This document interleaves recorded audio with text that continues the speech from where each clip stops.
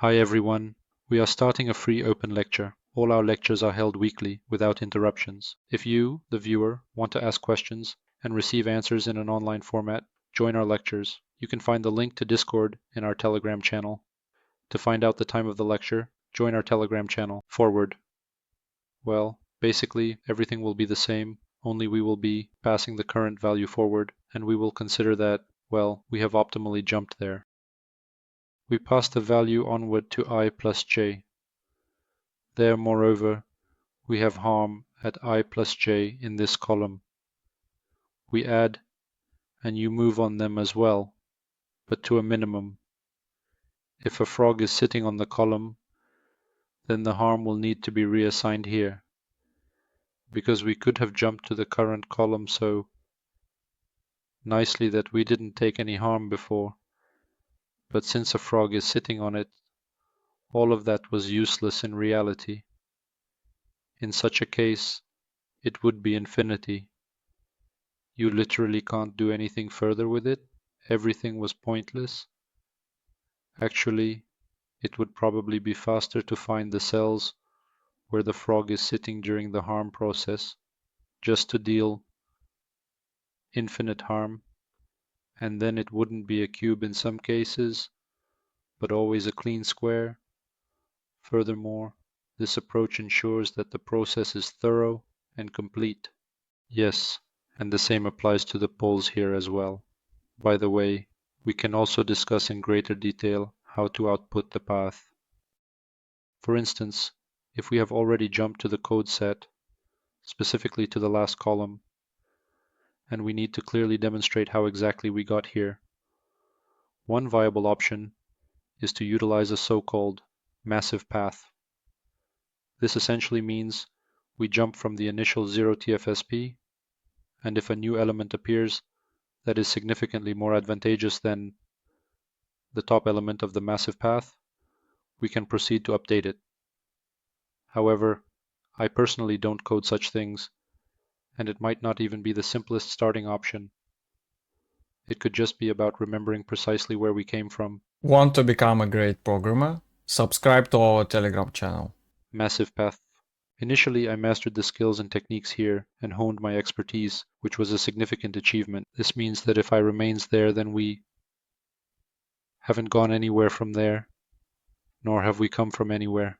If there is a more optimal connection from a certain cell to reach us, we pass its value to the path. Then we simply reverse the path. That is, we start from n and move backward until the path is not equal. This way, we will ultimately arrive at the 0 column, where 0 will remain. And we will derive the entire path this way. That is, it is quite simple to derive a path in such dynamics. There are indeed more complex paths.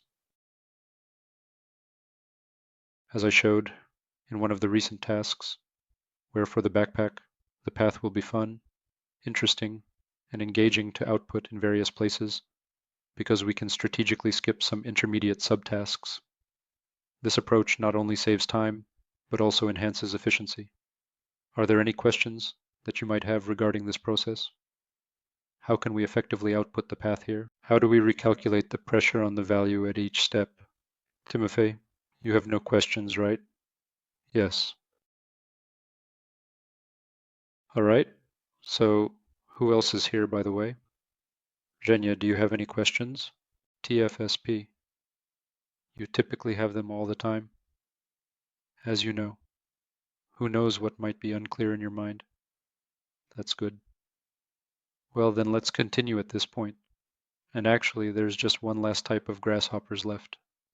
Actually, in fact, it can be hit somewhere in between, in the middle. In short, we have ways for the grasshopper to jump, defined by an array. That is, we can jump there by some k, by some p. All of this is located in the array q. And we are looking at what ways there are to transition seamlessly back and forth in various different ways. In this section, we are going to carefully consider the elements of the array, and now we will have g based on them. We check that our step back is not greater than the current cell where we are currently located. If everything is fine, we jump back. updating the designation as we did before. However, if we add all of this and have everyone fight as we had before, then basically nothing changes. It is still just essentially a check through the array.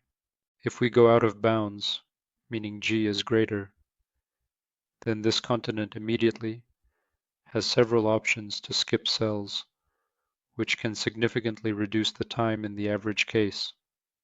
It will probably still be quadratic on average. Accordingly, if we do not go out of bounds at the same step, we definitely use the value. And yes, we also add dpf forward. Just like before, we simply check if we will go out of bounds anywhere. Well, that's it. Essentially, this is the most frequently encountered way to complicate the TFSP, a simple task in DP. This means that various obstacles can be added, such as chains, for the length of moves, which can often increase back and forth and are often utilized. In fact, even the formulation of the search problem itself has changed here. That is, if there are such different variations of grasshoppers at the start, in the beginning, they are combinatorial in nature, meaning we needed to calculate the number of ways to get somewhere in order to, and the latest variations, especially with the poisonous plant, are already optimization problems. In other words, in order to achieve our goal, it is essential that we focus on obtaining as little as possible, or alternatively, as much as possible. DPN and optimization.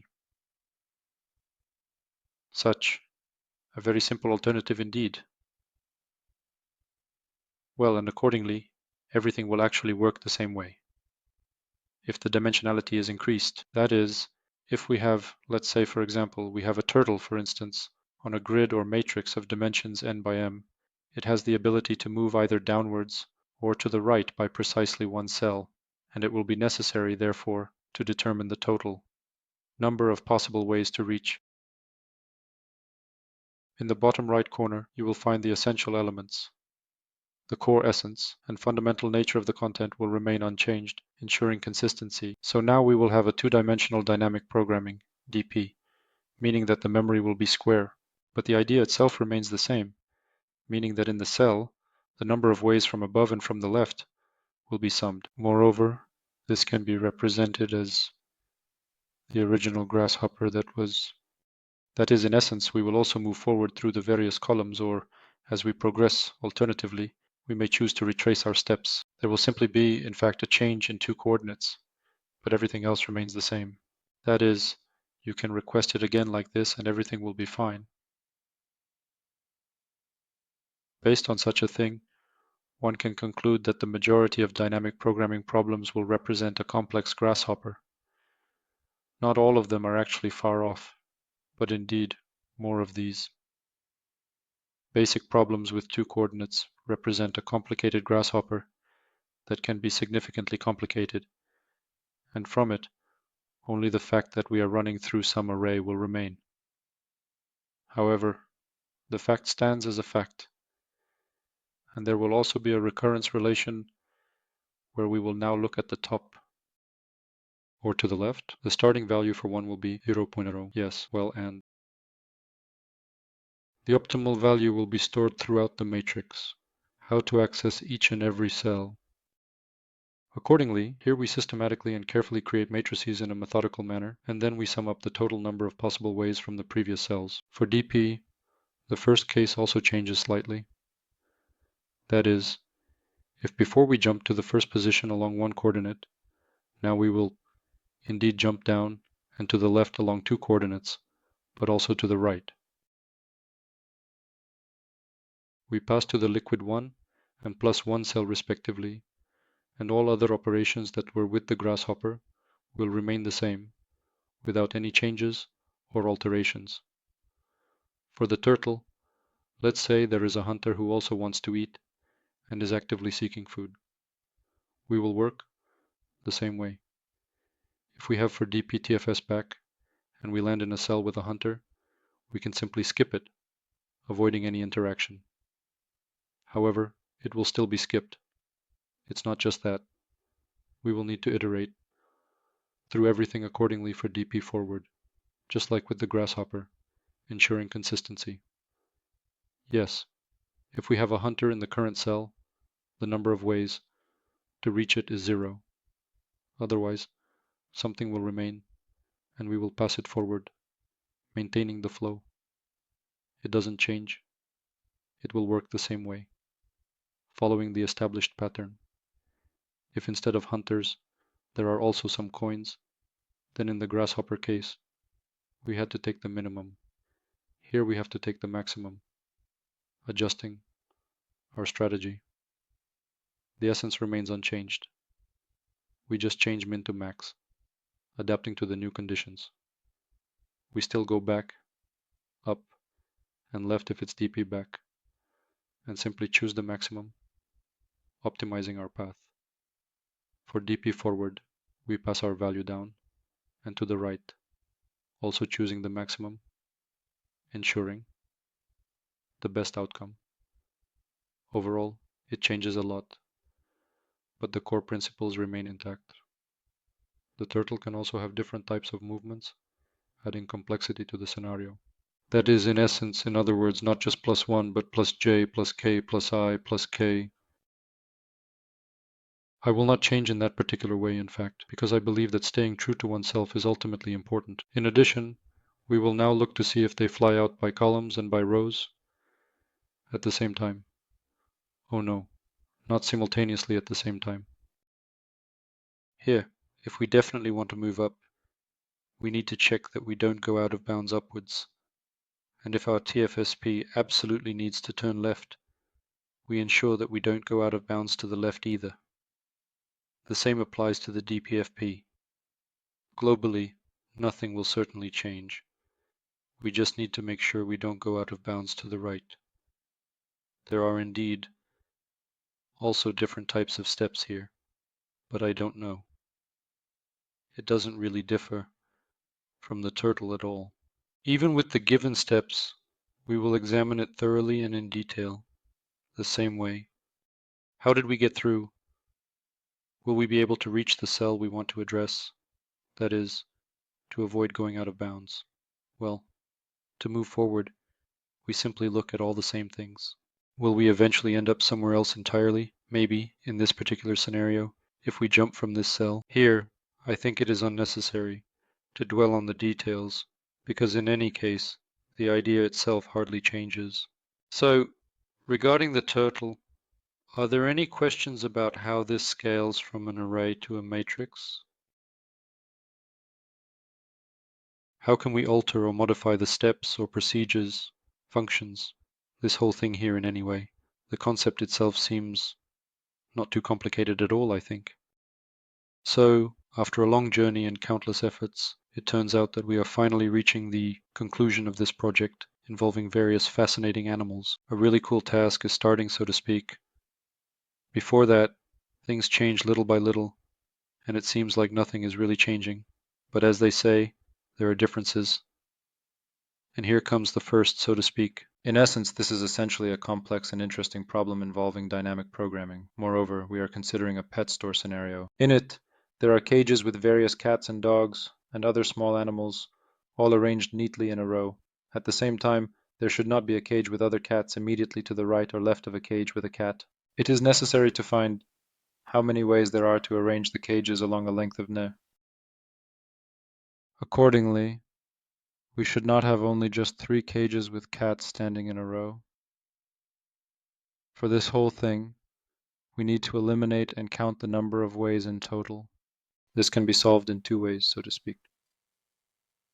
Let's start with the more intuitively simple one. Accordingly, to begin with, we essentially need to get rid of the unnecessary nonsense in this task.